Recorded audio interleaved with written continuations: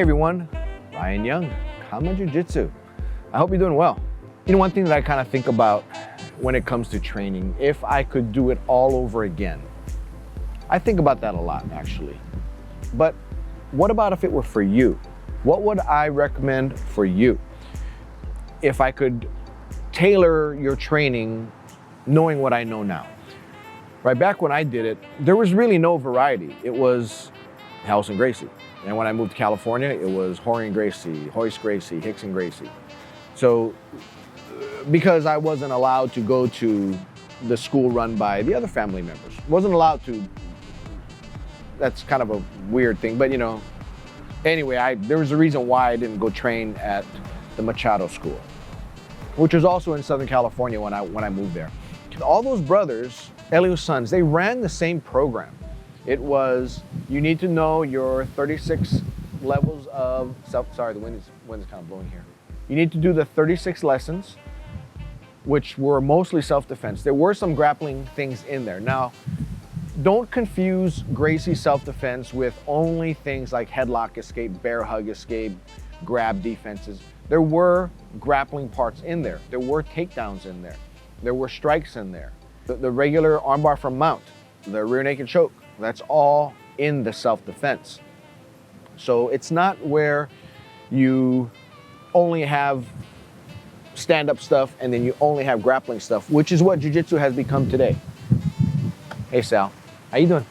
Good. So Jiu-Jitsu today is different from what it was when I was doing it, because there was no self-defense Jiu-Jitsu and no ground Jiu-Jitsu. It was all Jiu-Jitsu.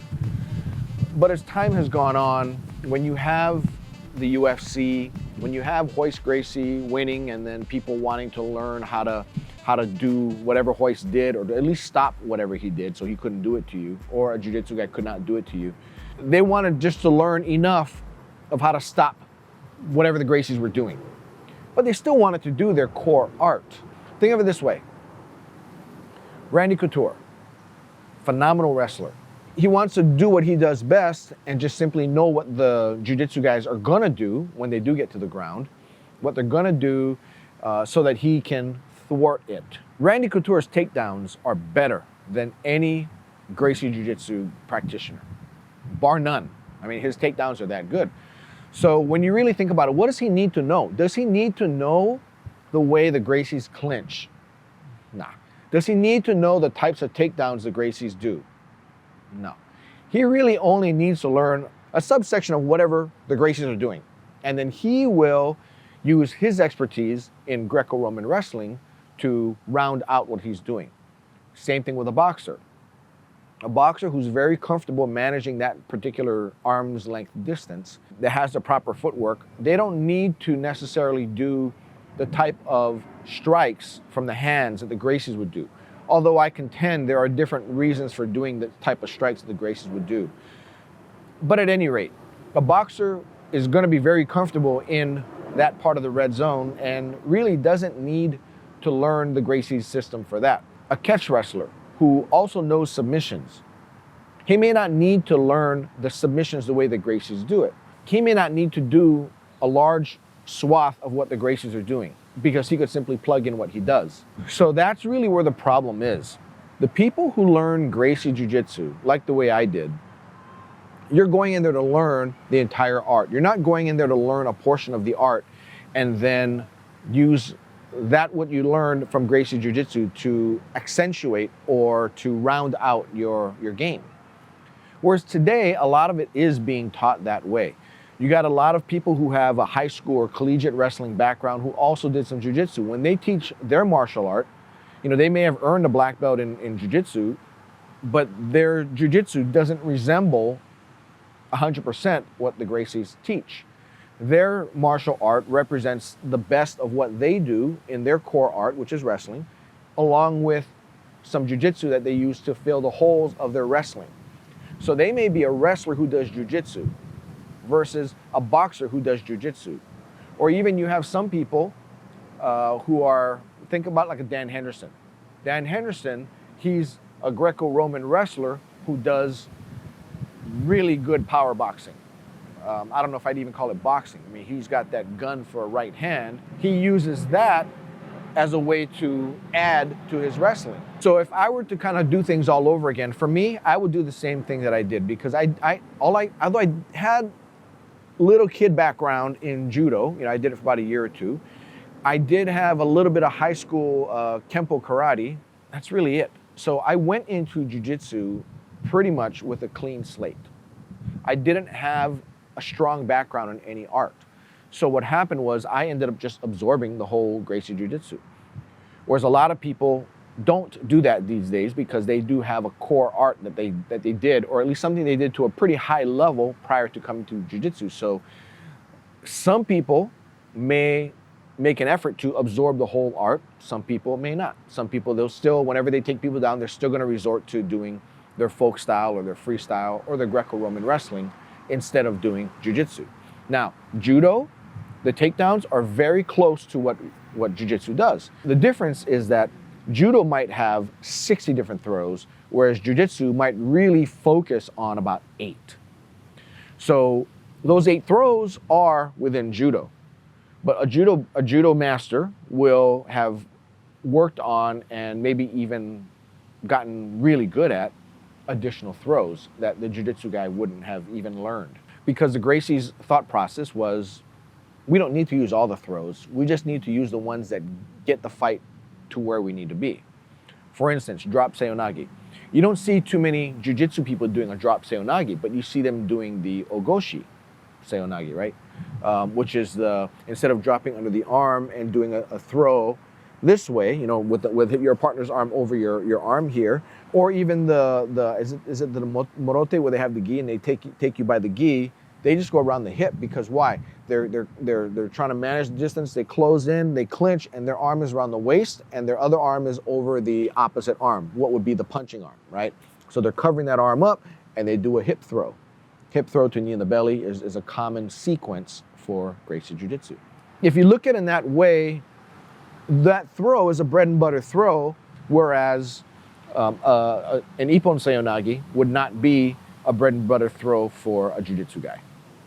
So jiu-jitsu guys, they essentially took parts of judo or the Gracie family, took parts of judo and just found what worked for what the objective was they wanted to do, took a portion of judo and then just worked with that. And Jigoro Kano, with his judo, took a portion of jiu-jitsu, distilled it down, and used what he thought worked for his purpose. So a lot of people who run martial arts schools now are taking a portion of jiu-jitsu and adding it to whatever they're doing, distilling it down, and creating their martial art.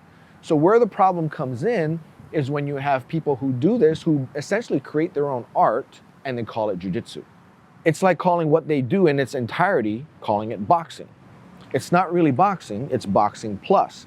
And what they're doing is not really jiu-jitsu, because they may not be doing everything in jiu-jitsu, so it would be jiu-jitsu plus, right? By not focusing on all the aspects. So for somebody who's coming in with 0 experience, what would I do for you? Well, I do what we're doing out here, in that, number one, you understand that you're going to make Gracie Jiu-Jitsu your core art, your base art. You're going to make it to be what you're going to be good at, what you're going to depend on, what you're going to use when things get really bad. And when your body's about ready to quit on you, and your mind is going to just be thinking, what are you supposed to do? And it's going to get your body to do in the deep water what it's supposed to do, what your instincts are going to be. So if you come in with a clean slate, then Gracie Jiu-Jitsu will be what your instincts will move toward with proper training. On the other hand, a judo person, they're going to go to judo, boxer's going to go to boxing, a wrestler's going to go to wrestling, right? You're going to do what you spent the most time doing and what you did in your early years. And if not your early years, whatever you learned first. That's why it's so important to learn jiu-jitsu correctly, in that you get yourself on a conveyor belt system, right? And you learn the lessons one at a time in order, because what will happen is if you learned something else, something less significant first, that will be what your body will go to 5 years from now. Or when things get really tough for you, you're going to fall back on what you learned first. That's why what you learned first is so important. Trying to switch things up later on is going to be tough. For me, it was a little bit of a challenge playing left-handed, because I always played right-handed, even though I'm a natural lefty. but my jiu-jitsu game was a right-handed game. As much as I would try to play left-handed, I knew that whenever I was getting beat left-handed, I would instinctively go back to being right-handed so that I could win. Well, when I tore my ACL, and during that time from when I injured it to the time I went in for surgery, it was about a month and a half, I had no alternative but to play left-handed. So that's how I was forced to learn how to play left-handed. But given my own choice, I would not do it. I would tell myself I would need to, but really, in reality, I didn't do it. You know, I had 20 years to do it, and or almost 20 years to do it, and I didn't by then. What makes me think that I would do it by choice then? So, like I said, it was something that was forced upon me. So what I would do is I would have you learn jiu-jitsu. At the same time, if I were to do it all over again, I would have you also do judo, because judo is very similar. In fact, there's a lot of overlap between what judoka do and what jiu-jitsu people do. It's just that the judoka is going to be good, meaning excellent, at a different subset of things versus the jiu-jitsu practitioner. The jiu-jitsu practitioner will know more classically trained jiu-jitsu.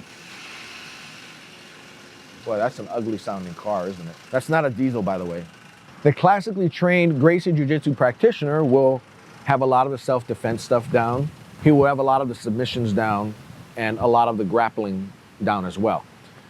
He'll be mediocre at throws, but provided he's well schooled in the 4 to 8 throws that jiu-jitsu guys do, then he'll be very good at those throws, and he'll be substandard on the remaining throws in the judo catalog. Now let's look over at the judoka. Judoka will be very good at the throws that he concentrates on, and will be pretty good, or at least knowledgeable, of the remaining throws that judo has. As far as the ground, a judoka is typically very good at kesa, because that's a bread and butter pin that they use.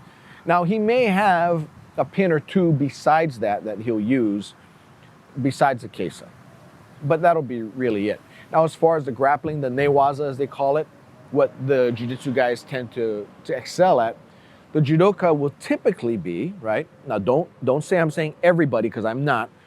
A judoka will typically be not as good on the ground stuff as a jiu-jitsu guy. You know, you could even say, like, the way the jiu-jitsu guy would be substandard on the vast majority of the throws in a judo catalog, the judo practitioner will be substandard in a lot of the intricate grappling and submission techniques that a jiu-jitsu fighter would know. So a great system would be to combine the two. Now, time is a premium these days, and we only have so much time in the day, which is why we try to, here at Kama Jiu-Jitsu, and hopefully other schools as well, I know there are other schools, that combine the two, judo and jiu-jitsu. And what you do is you, depending on your perspective, so we're a jiu-jitsu school. So we'll have our students absorb all the jiu-jitsu, and we'll add in and emphasize some judo, some classes in judo, some repetition in judo, takedowns in class, so that our students will have a higher than typical competency in the throws, right? Because you can only really allocate a little bit more time to a person's busy schedule. That way, they'll feel more confident in the takedowns, still hold the confidence of both the grappling and the self-defense. Or if you're a judo school, find a way to put more newaza in it. But the problem is with judo schools is that when they compete, the fight ends, or the match ends, with a single clean throw, and it's over. So a match can be over in 5 seconds, right? As soon as you grip him, boom, throw, lands on his back, it's over. What you'll tend to do in practice in judo is practice the things that get you to the grips first, then practice things that get you set up for the throw, and then you'll do your signature throw over and over and over, and then that's your plan A, and then you'll have your plan B throw, and you'll work on that as well, and your transition between plan A and plan B. But learning all that takes a ton of time. So it takes time away from your grappling. Whereas today's BJJ school, they'll do very little throws. And in fact, there's no real goal, or there's no real benefit to doing a lot of judo in a jiu-jitsu competition, because a throw is only worth 2 points. A throw doesn't end a match. So if you look at it in a way as of, why am I going to spend half of my class time doing something that at best is going to earn me 2 points, versus I can just get it to the ground right away just by sitting on my butt and just pulling guard. Or I can just simply jump guard because he can't slam me anyway. Just like the judoka will not practice as much on the newaza, the groundwork, the jiu-jitsu guy won't practice a lot on the tachiwaza, which is the standing work. I think that a better blending would be to have maybe 75% on the jiu-jitsu, maybe 25% on the judo. The reason is because by doing judo a lot, you get thrown a lot. If you get thrown a lot, you learn how to relax a lot. Jiu-jitsu guys today, a lot of you, I'm not saying all of you once again, a lot of you tense up when you're getting thrown. And when you tense up, that's when you get injured. Whereas a lot of judoka, they'll panic when they hit them on the ground against a jiu-jitsu guy. And as a result of their panic or they're being stiff or not being loose and calm because you don't spend a lot of time there, you end up losing. To have your teaching and your learning be a blend of both, one where you try to get to 50-50, but realize that I think Jiu-Jitsu's catalog of concepts is larger than that of Judo's. I would spend more time myself on the Jiu-Jitsu concepts, but I'd still spend more time on Judo than a typical sport Jiu-Jitsu school would, or sometimes even more than a typical Gracie Jiu-Jitsu school would, because I think it's that important to be able to be confident on your feet. What you don't want is, you don't want to spend all your time fighting the groundwork and not being able to get the fight to the ground because you have no concept of base and balance or kuzushi, how to take people off of their balance to be able to throw them. So that's a very important concept for you to think of. As far as your training goes, I'd make sure that, and I do make sure for our students, that they learn sequentially. You don't learn randomly. I spent many years learning randomly, probably the middle 15 years of my training, randomly, and it didn't help me at all. It in some ways, it slowed me down, and I hope that helps you, and I hope that you can, if you're a beginner, because we have a lot of beginners, a lot of white belts, I hope you can make that turn to decide that you're going to try to do this. So if there's no judo in your school, find a judo school. Take judo once or twice a week if you can. If not twice a week, at least once a week. Or if you don't have a school in your area, you can even watch some YouTube videos on some judo. There's some good judo videos on YouTube that I've seen. I think Beyond Grappling has a bunch of them. And judo is easier to teach than is jiu-jitsu with videos. Jiu-jitsu, you can teach it with videos, but like I said in other videos, it's very hard to teach the feel part of jiu-jitsu, which is very important. But don't let the fact that there's no schools around you that meet your criteria stop you. If you only have a strict Gracie Jiu-Jitsu type school that does no judo, find a judo place. If you only have judo schools near you that don't do as much of the Gracie Jiu-Jitsu concepts section of it, of the art, then you might want to take a trip somewhere. You know, there might be one in the next city, you know, an hour or two away. Go there, take a private, learn one or two concepts, bring it back with you, practice it with some friends. If you have access to neither a judo school, nor a Gracie Jiu-Jitsu school, nor a sport Jiu-Jitsu school, then go online and pick up something like a Gracie Academy, right? I don't know what they call it. And then also, you know, Kama Jiu-Jitsu Online, which is coming up real soon. By the time you see this video, it should be forthcoming within the next month or two. Or Kama Jiu-Jitsu's Patreon channel and learn from there. And find a good training partner, get some mats for your house, and do it that way, if you don't have access to a studio. So anyway, that's all I got for you as far as the lesson goes. I want to thank you guys for liking and subscribing. It really helps the channel a lot. And be sure to share this. And if you have any questions, go ahead and shoot in the comments below. If I get to them, I'll answer your questions, or who knows, I may make a video just like this answering your questions. Anyway, that's all I got for you. Take care. Happy training. Bye-bye now.